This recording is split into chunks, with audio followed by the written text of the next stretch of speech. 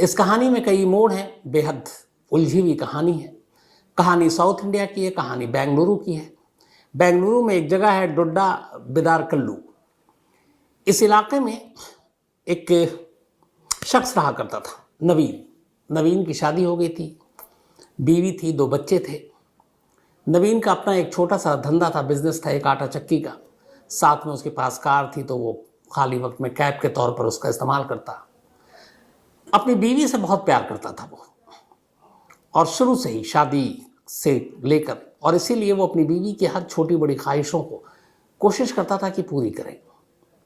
और बड़ी मतलब ठीक ठाक फैमिली थी, सब कुछ ठीक चल रहा था, और नवीन भी खुश था अपनी इस बीवी को पाकर। उसके बाद 2 बच्चे भी हुए। तो इस परिवार के साथ सब कुछ ठीक ठाक चल रहा था। लेकिन तभी 23 जुलाई 2022 की तारीख आती है, अभी सिर्फ 2 महीने पुरानी बात है, 23 जुलाई 2022।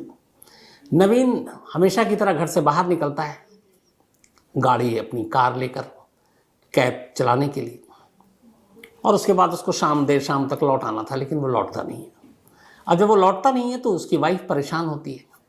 रात उसके दोस्तों को फ़ोन घुमाती है, इधर उधर जितने जानकार थे, कि नवीन को कहीं देखा है। हर एक कहता है कि उन्होंने नवीन को नहीं देखा। रात बीत जाती है। अगले दिन फिर नवीन की जो वाइफ है वो उसे तलाशती है। अनु पल्लवी, ये नवीन की वाइफ का नाम है। तो अनु पल्लवी अब नवीन को तलाश रही है, लेकिन नवीन कहीं मिल नहीं रहा, इधर उधर फ़ोन कर रही है। 24 जुलाई भी गुजर गई, फिर 25, 26, 27, 28, 29, 5, 6, 7 दिन गुजर गए, लेकिन नवीन का कोई सुराग नहीं मिला। अब इधर हर तरफ नवीन की वाइफ ढूंढ तो रही है अपने पति को, लेकिन पुलिस स्टेशन में मिसिंग की रिपोर्ट नहीं लिखाई अभी तक। इस दौरान में अब 23 जुलाई को नवीन गायब हुआ था। 2 अगस्त की तारीख आ गई, लगभग हफ्ते से ऊपर।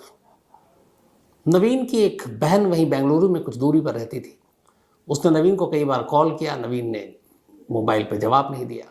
फिर उसने अपनी भाभी को फ़ोन किया, नवीन की वाइफ को। तब उसने बताया कि नवीन पिछले कई दिनों से बिना बताए हुए घर से लापता है। बहन सुनकर ये घबराई, वापस भागती है, नवीन के घर आती है, पूछती है अपनी भाभी से कि क्या हुआ। वो पूरी कहानी बताती है। 23 जुलाई को वो गई, उसके बाद से वो गया और लौटा नहीं। तो पूछती है कि तुमने पुलिस में रिपोर्ट क्यों नहीं लिखाई। तो उसे लगा कि उसने यही कहा कि शायद मुझे लगा कहीं चला गया होगा, लौट आएगा। कहती नहीं, ऐसा नहीं है। अब नवीन की सिस्टर 2 अगस्त को जाकर पुलिस स्टेशन में रिपोर्ट लिखाती है। वहीं पर लोकल पुलिस स्टेशन था, पीनिया पुलिस स्टेशन, और वहाँ अपने भाई की गुमशुदगी की रिपोर्ट लिखाती है।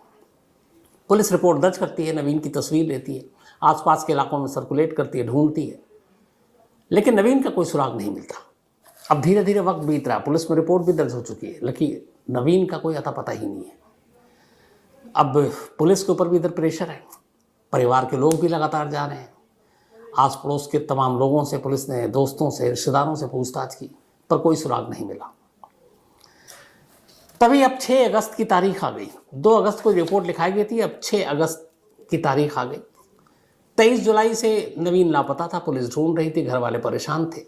6 अगस्त की शाम 2022, पिछला महीना, पूरा घर परेशान था जिस घर के मुखिया के गायब होने पर। 6 अगस्त के शाम को अचानक वही नवीन अपने ही घर के दरवाजे पर खड़ा हुआ था। अब ये देखकर पूरा मोहल्ला, रिश्तेदार, बीवी, बहन सभी चौंक उठते हैं। 12 दिन से गायब नवीन घर लौट आया था। अब ये सब देखकर पूरे घर वाले तो खुश। नवीन की जो बीवी थी उसे लगा कि सांप सूंघ गया, वो बिल्कुल पथरा सी गई। उसको देखकर ये लग ही नहीं रहा, उसके चेहरे पर कोई ऐसा भाव कि उसे हुआ क्या है। पति के आने की खुशी है, या ये है कि शायद वो मान चुकी थी कि वो मर चुका और उसको जिंदा देखने की खुशी है, और इस वजह से वो बुद्ध बन गई। अब जो भी था, नवीन आया, तमाम लोग खुश हो गए। इसी में दौरान किसी ने कहा कि पुलिस में चूंकि नवीन की गुमशुदगी की रिपोर्ट है, तो पुलिस को इन्फॉर्म कर दो कि वो मिल गया, वो भी सही सलामत। किसी पड़ोसी ने पुलिस स्टेशन में फ़ोन कर दिया, पुलिस की एक टीम आई, उसने कहा चलो एक केस सुलझ गया। अब वो नवीन से पूछताछ करती है, कहती है बताओ कि तुम 23 जुलाई को गायब हुए, आज 12वां दिन है, 12 दिन तक तुम कहाँ गायब थे? क्यों तुमने अपने घर वालों को कांटेक्ट नहीं किया? तुम्हारा मोबाइल कहाँ था? कहाँ कहाँ रहा? वो मान चुकी थी कि वो मर चुका और उसको जिंदा देखने की खुशी है, और इस वजह से वो बुद्ध बन गई। अब जो भी था, नवीन आया, तमाम लोग खुश हो गए। इसी में दौरान किसी ने कहा कि पुलिस में चूंकि नवीन की गुमशुदगी की रिपोर्ट है तो पुलिस को इन्फॉर्म कर दो कि वो मिल गया, वो भी सही सलामत। किसी पड़ोसी ने पुलिस स्टेशन में फ़ोन कर दिया, पुलिस की एक टीम आई, उसने कहा चलो एक केस सुलझ गया। अब वो नवीन से पूछताछ करती है, कहती है बताओ कि तुम 23 जुलाई को गायब हुए, आज 12वां दिन है, 12 दिन तक तुम कहाँ गायब थे? क्यों तुमने अपने घर वालों को कांटेक्ट नहीं किया? तुम्हारा मोबाइल कहाँ था? कहाँ कहाँ रहे? और क्यों इस तरीके से अपने आप को तुमने गुम किया? अब जब ये पहली बार सवाल पुलिस के सामने आया तब नवीन ने कहानी सुनाई, इस 12 दिन की गुमशुदगी की कहानी, और इन 12 दिनों में उसने जिस सच का सामना किया उसकी कहानी। ये कहानी उसकी गुमशुदगी की कहानी से कहीं ज़्यादा टेढ़ी थी, कहीं ज़्यादा उलझी हुई थी। हुआ यूं कि नवीन जिस अनु पल्लवी से, जो उसकी बीवी थी, बेइंतहा प्यार करता था, वही अनु पल्लवी एक और शख्स से प्यार करती थी। उसका नाम उसी इलाके में रहता था और मुलाकात होती रहती थी। अब नवीन अक्सर काम के सिलसिले में बाहर भी जाता था, तो इसी दौरान में उससे मुलाकात एक दूसरे शख्स से हुई। उस नौजवान के साथ अब इसके रिश्ते बने। उस लड़के का नाम था हिमावंत कुमार। अब हिमावंत कुमार के साथ जो अनु पल्लवी है, ये दोनों की नज़दीकियाँ आ गई। धीरे धीरे दोनों मिलने जुलने लगे। हालांकि अनु पल्लवी के 2 बच्चे भी थे। पति बेहद प्यार करता था, लेकिन इश्क अंधा होता है, वही यहाँ हुआ। अब धीरे धीरे लेकिन ये हुआ कि नवीन जब तब घर भी लौट आए, अनु पल्लवी को लगा कि उसका पति ही उसके इस मोहब्बत की राह में रोड़ा है। धीरे धीरे उसके मन में ये ख्याल आया कि अगर नवीन ना हो उसकी ज़िंदगी में तो सब कुछ खूबसूरत होगा। और यहीं से उसने अब प्लान करना शुरू किया कि नवीन को कैसे रास्ते से हटाया जाए, अपने ही पति को।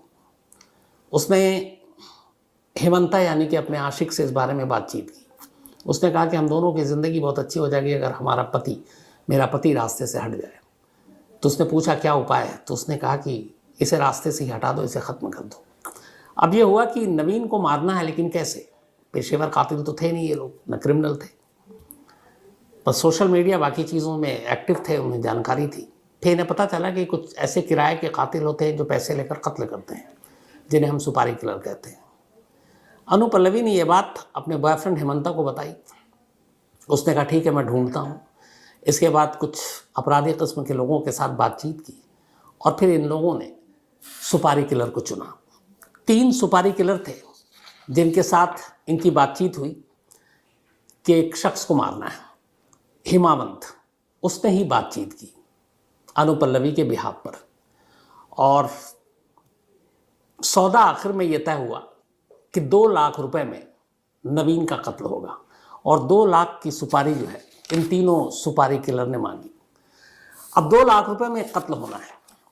3 सुपारी किलर इसके लिए तैयार किए जाते हैं, पर शर्त एक रखी जाती है हिमावंत की तरफ से और अनु पल्लवी की तरफ से कि जब आप कत्ल करोगे तो सबूत के तौर पर मुझे मेरे पति की लाश दिखाओगे मोबाइल पे उसकी तस्वीर खींचकर, और तब हम मानेंगे, क्योंकि लाश किसी के हाथ नहीं लगनी चाहिए। पहली तो शर्त ये थी, पुलिस के भी नहीं और किसी और के भी नहीं।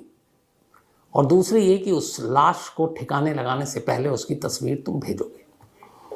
इस शर्त के साथ एडवांस 90,000 रुपये, 90,000 रुपीज़ 3 सीरियल किलर को दिए गए। बाकी के 1,10,000 रुपये काम होने के बाद सौदा मौके का इंतज़ार करने लगे। इसी दौरान 23 अगस्त की तारीख आती है, 23 जुलाई की बल्कि। नवीन अपने कैब को लेकर कहीं जा रहा था। इन सुपारी किलर्स ने उसका काफ़ी पहले से ही पीछा कर रखा था, कई दिनों से उसकी रेकी कर रखी थी, उसके रूटीन को फॉलो कर रहे थे। उन्हें मालूम था ये कब कहाँ से गुजरता है, कब घर लौटता है। 23 जुलाई की शाम जब नवीन घर लौट रहा था, इनमें से 3 में से 2 सीरियल किलर ने एक जगह पर उसका इंतज़ार किया। जैसे ही नवीन पहुंचा, हाथ देकर उस कैब को रुकवाया और फिर कहा कि कहीं चलना है। नवीन ने कहा चलो कुछ कमाई हो जाएगी, उसने बैठा लिया। थोड़ी दूरी के जाने के बाद इनका तीसरा साथी भी वहाँ खड़ा हुआ था, उसने हाथ दिया, गाड़ी रोकी, उसने उनको ही बैठा लिया। दोनों ने कहा हमारा जानने वाला है। अब ये कैब एक सुनसान रास्ते पर चल पड़ी, कैब निकल गई। उसके बाद देर रात, उसी 23 जुलाई की देर रात, मोबाइल पे व्हाट्सएप के जरिए एक तस्वीर हिमावंत को भेजी गई और अनु पल्लवी को। यह तस्वीर थी एक लाश की, और यह लाश थी नवीन की। चेहरा बुरी तरह से कुचला हुआ, चेहरे पे ज़बरदस्त खून, लेकिन चेहरा जो है पहचान में पूरी तरह से आ रहा था। गले पे तेज़धार हथियार के निशान और पूरा शरीर खून से लथपथ था। तस्वीर इतनी विभत्स थी कि खुद हिमावंत को देखकर अजीब लगा कि इतनी बेदर्दी से क्यों मारा। उसने तो सिर्फ सुपारी दी थी कत्ल करने के लिए। अब नवीन की वाइफ ने भी उस तस्वीर को देखी, अनुपल्लवी ने, उसने भी देखा। फिर इन दोनों को यकीन हो गया कि चलो नवीन का काम हो गया। इधर तस्वीर भेजकर तीनों सुपारी किलर ने ये उनको एक तरह से प्रूफ दे दिया कि उन्होंने अपना काम कर रखा, बाकी के 1,10,000 रुपये दे दो। इसके बाद वो 1,10,000 रुपये वो ले लेते हैं आकर अगले दिन। अब यहाँ पे कहानी ख़त्म हो गई। लेकिन इस तस्वीर को देखने के बाद जो हिमावंत था, अनुपल्लवी का जो बॉयफ्रेंड, उसके मतलब दिल उसका बदल सा गया। तो मैंने शुरू में भी कहा कि वो पेशेवर क्रिमिनल नहीं था, ना उसका कोई ऐसा पास था, प्यार करता था, उस चक्कर में वो कातिल बन बैठा। लेकिन नवीन की उस विभत्स तस्वीर ने उसको बेचैन कर दिया। उसे लगा कि ये क्या कर दिया मैंने। फिर उसके अंदर डर बैठ गया कि कल को ये खुलासा हो जाएगा, पुलिस तक बात पहुंचोगी, मैं गिरफ्तार होऊंगा, मेरी फैमिली सब बदनाम हो जाएंगे। अब इसी बेचैनी में वो उलझन में पड़ा रहा और आखिरकार इस उलझन के दौरान उससे जब बर्दाश्त नहीं हुआ तो फिर उसने एक रोज़ अपने ही घर में फांसी के फंदे पर पंखे से झूल गया। और हिमावंत ने इस तरह से खुदकुशी कर ली। 1 अगस्त 2022 की बात है। 23 जुलाई को गायब हुआ था। इस दौरान में उसने तस्वीर देख ली थी और उसको आत्मग्लानि फील हुई, अफसोस हुआ, और 1 अगस्त को हिमावंत ने अपने घर में खुदकुशी कर ली। अब सवाल यह है कि हिमावंत ने खुदकुशी कर ली, सीरियल किलर ने तमाम तस्वीरें भेज दी, तो फिर 6 अगस्त को नवीन वापस कैसे लौट आया? क्योंकि 23 जुलाई को उसका कत्ल हुआ, 23 जुलाई की रात तस्वीर आई। इस तस्वीर को देखने के बाद करीब 1 हफ्ते के बाद बेचैनी में गुजारते हुए हिमावंत ने 1 अगस्त को खुदकुशी कर ली। लेकिन पुख्ता सबूत था कि वो तस्वीर, वो लाश नवीन की है। लेकिन वही नवीन हिमावंत की खुदकुशी के 3 दिन के बाद, बल्कि 5 दिन के बाद, 6 अगस्त, 1 अगस्त को उसने खुदकुशी की और 5 अगस्त को वो जिंदा घर लौट आता है। तो अब यहाँ पे ये ऐसा क्यों हुआ? तो इसके बाद अब नवीन पूरी कहानी बताता है। हुआ ये कि 23 जुलाई को नवीन को किडनैप कर लिया था एक तरह से, कैब में सवारी के नाम पर। और वो जो 3 लोग बैठे थे, जो 3 सीरियल किलर थे, उनमें से एक का नाम था हरीश, एक का नागराजू और एक का मुगलिन। तो हरीश, नागराजू और मुगलिन, इन्होंने 2 लाख रुपए की सुपारी ली थी। अब 23 तारीख की रात को जो पता बताया था उसकी जगह किसी और सुनसान इलाके पर ले गए। रात का वक्त था। थोड़ी दूर जाने के बाद नवीन को एहसास हो गया कि शायद ये गलत रास्ते पर ले जा रहे हैं। उसने जाने से मना किया। फिर उन्होंने अचानक हथियार निकाले और उसे कहा कि जहाँ कहूँ वहीं लेकर चलो। फिर वो उसको एकदम सुनसान इलाके पर ले गए। अब तक नवीन को एहसास हो चुका था कि कुछ गड़बड़ है, लेकिन उसे ये था कि मेरी किसी से दुश्मनी नहीं है, मुझे कोई क्यों मारेगा।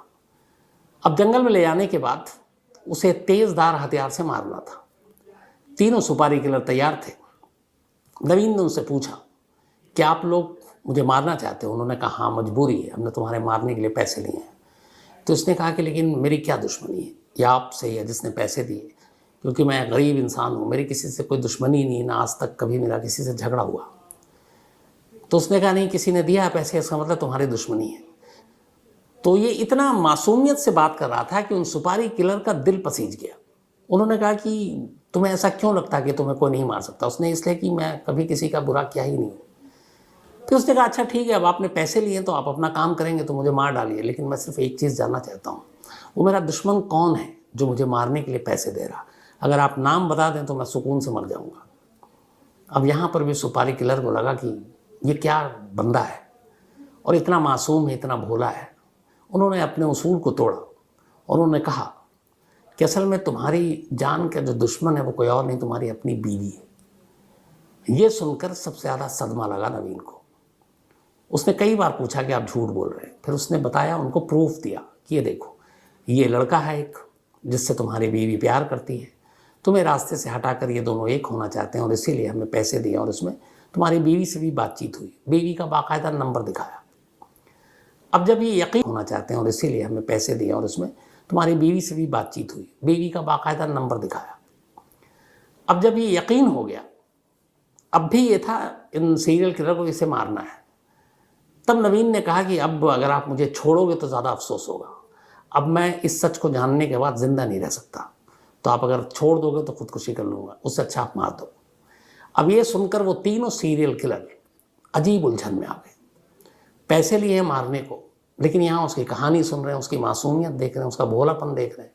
उन्हें लगा कि ये क्या कर रहा हूँ मैं। उन्होंने कहा हम तुम्हें नहीं मारेंगे।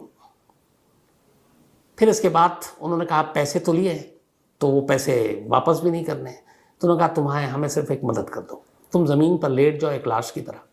उन्होंने उसे लिटाया और बहुत सारा केचप लेकर आए और वो केचप उसके चेहरे पे डाला, गले पे डाला, जिस्म के अलग अलग हिस्सों पे डाला।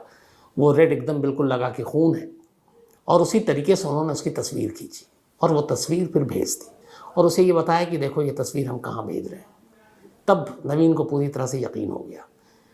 अब इसके बाद उन्होंने नवीन को छोड़ दिया, लेकिन नवीन ये सच जानने के बाद अपनी बीवी का सामना नहीं करना चाहता था और इसीलिए वो कहीं इधर उधर भटकता रहा। लेकिन फिर उसे लगा कि वो अपनी बीवी से बहुत प्यार करता है, तो ये सब जानने के बावजूद वो उससे नफरत नहीं कर सकता और आखिरकार 6 अगस्त को वो वापस अपने घर लौटता है।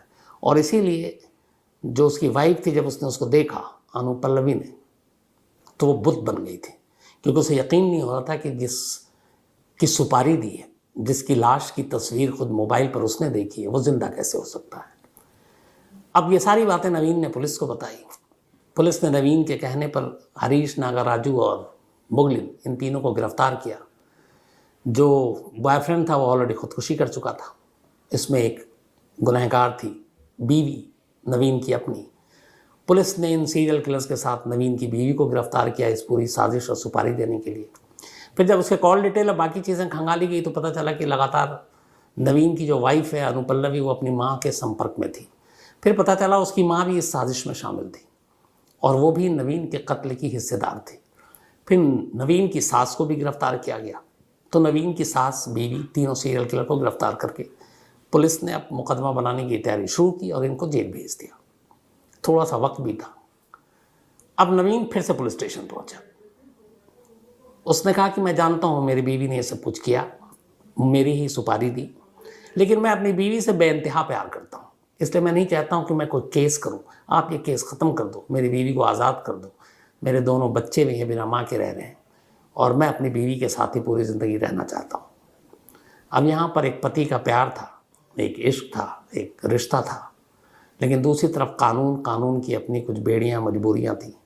पुलिस ने कहने के बावजूद अनु पल्लवी को रिहा नहीं किया। उसने कहा कि अब इसका फैसला अदालत में होगा, क्योंकि केस तैयार है और जो भी इकबाल जुर्म है वो भी कर चुके हैं। तब तुम्हारी बीवी की रिहाई ये अदालत के ऊपर है। हालांकि जो कानून के जानकार हैं उनका ये कहना है कि अगर यही स्टैंड नवीन का अदालत में भी रहा और नवीन ने ये केस वापस ले लिया तो शायद उसकी बीवी को सज़ा नहीं होगी और वो बाहर आ जाएगी।